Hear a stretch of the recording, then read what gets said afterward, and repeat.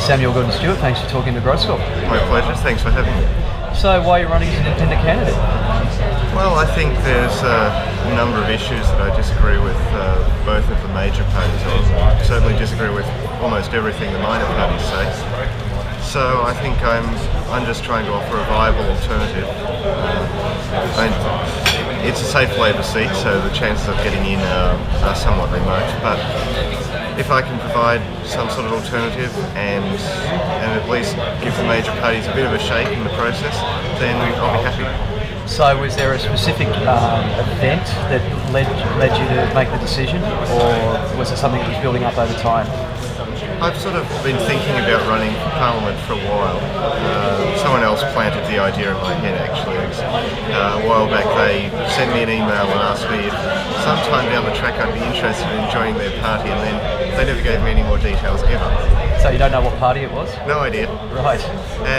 But it did get me thinking, and I just thought, well, yeah, I'd be happy to do this. And then I suppose a couple things happened. One was I noticed that every single candidate in this electorate disagrees with my view of global warming, and as I said, there's a number of policies I disagree with, so I just decided to run. So it wasn't a quick decision though, I'd have to say. I spent a bit over a week deciding, but here I am. So what have you got to offer the people of Fraser and the people of Australia? Well, I'm an independent candidate, so I don't have to toe the party line on anything, which means I can easily stand up for what I believe in.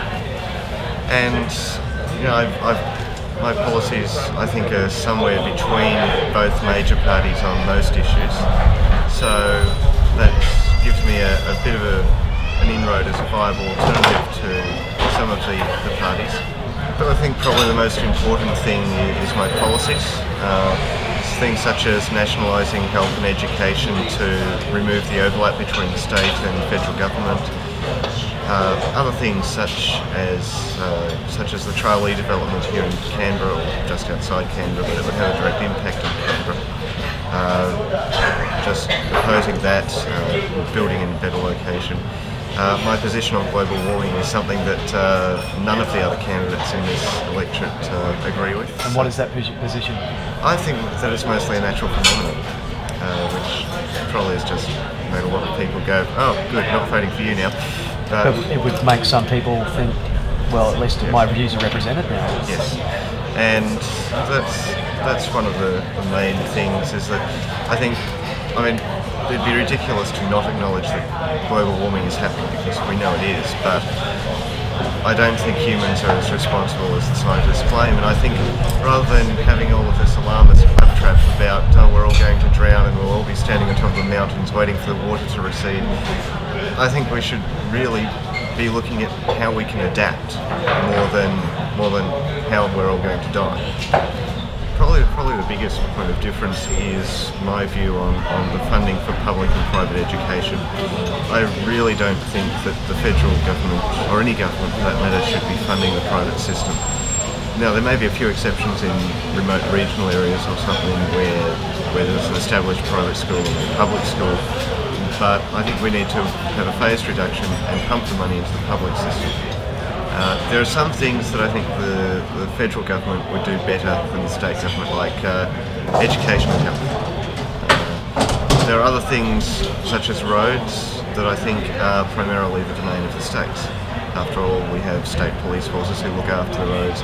The states have been more or less looking after the roads for as long as I can remember, which, okay, it's not as long as a lot of other people can remember, but you know, it's one of those things where there is a little bit of overlap, and the federal government could provide assistance, but most roads don't cross state borders, and the states seem to do a reasonable job of running the roads, and I think if they didn't have to spend their money on health and education, they would have more money to spend on roads and other services that they provide.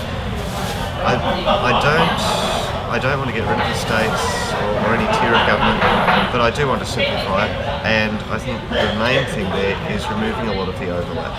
I think we have far too many things, and I'll cite health again, where anything goes wrong, the states will blame the federal government for not giving them enough money, and the federal government will blame the states for not managing their money.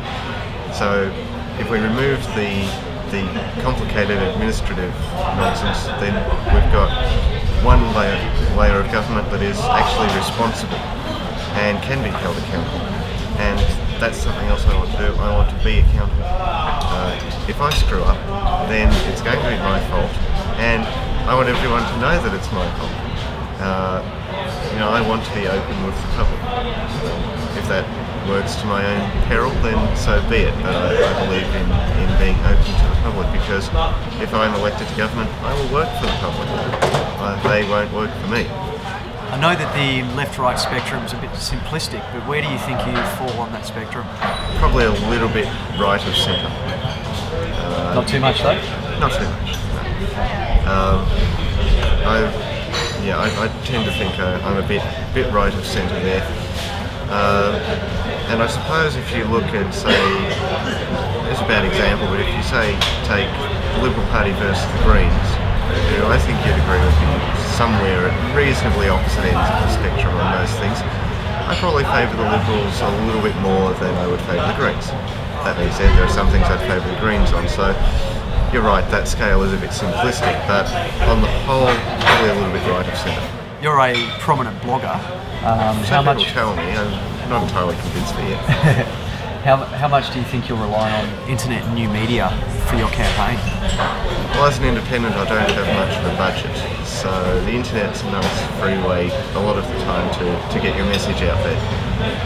It's only good if you target it properly, but the internet, I think, is something I will have to use quite a bit. I think that's probably a good way to go about it, because more and more I think people are turning to the internet for honest debate and discussion about political matters. And it's far be it for me to say that you could really rely on what a politician says on an internet video or something as being an honest component or a reliable component of a debate, but I think it's an important part, and as more people go to the internet, it's a great way to get your message out there.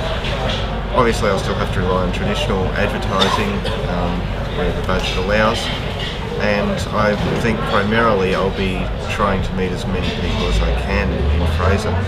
I think as an independent I have the ability to really answer all of the questions myself, rather than relying on the political machine to do it for me. So I think in my case at least the internet is a really good way to just be honest with everyone and meet as many people as I can. Have you put any thought into where you'll be directing your preferences yet? I don't think that's really something for me to decide, because as an independent candidate for the House of Reps, you really aren't distributing your own preferences. People are numbering boxes on a ballot paper. Now, I could have a how to vote card and tell them, well, if you don't like me, or if you do like me rather, this is where the preferences should go. But ultimately, I don't think it's my position to tell people how to vote. If they want to vote for me, they will. It's their choice who they give their preferences to after me. And I mean, as I'm not really going to be agreeing on every single issue, or possibly the majority of issues, with either major party or any other candidate, I think it's important that people who want to vote for me then distribute their preferences based on who they like, not who I like.